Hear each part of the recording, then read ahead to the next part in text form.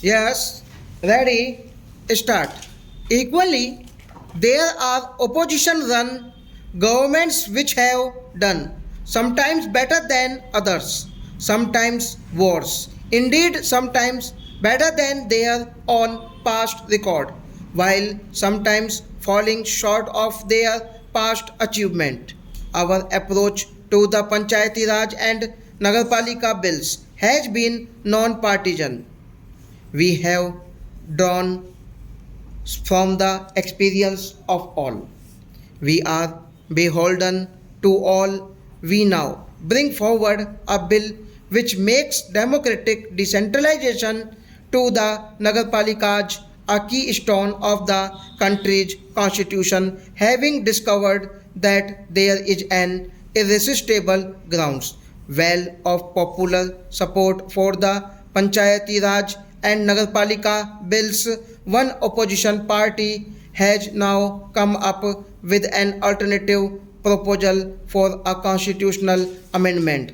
The proper forum to table such amendments would be the floor of this House, but since the party mainly responsible for these alternative proposals has failed its democratic responsibilities, their proposals cannot even be considered.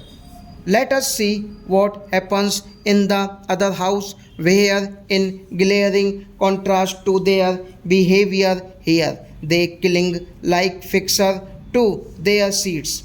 Then there are the purists of the opposition who say that in no circumstances will they have any truck with constitutional provisions for local self government.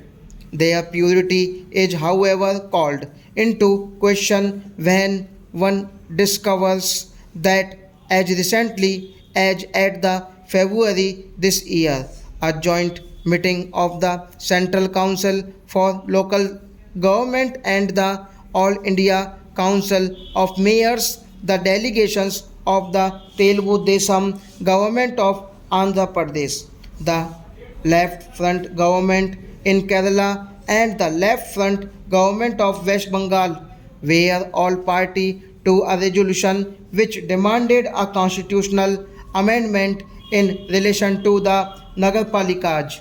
There are yet other constituents of the National Front who demanded at the 11th joint meeting a uniform statute for all Nagarpalikas in the country. How can there be a uniform statute without a constitutional amendment? And even assuming for a moment that this is achieved by some legal debate, the essential differences between a constitutional amendment and a municipal statute remains.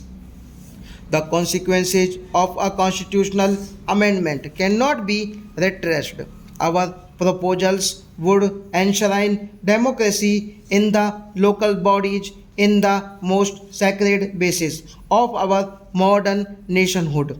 In contrast, any model bill will have no binding significance for state legislatures and no guarantee of outlasting changes of party or personality. If we really want democracy and devolution in the Nagarpalikas, there is no alternative to the kind of constitutional amendments we propose.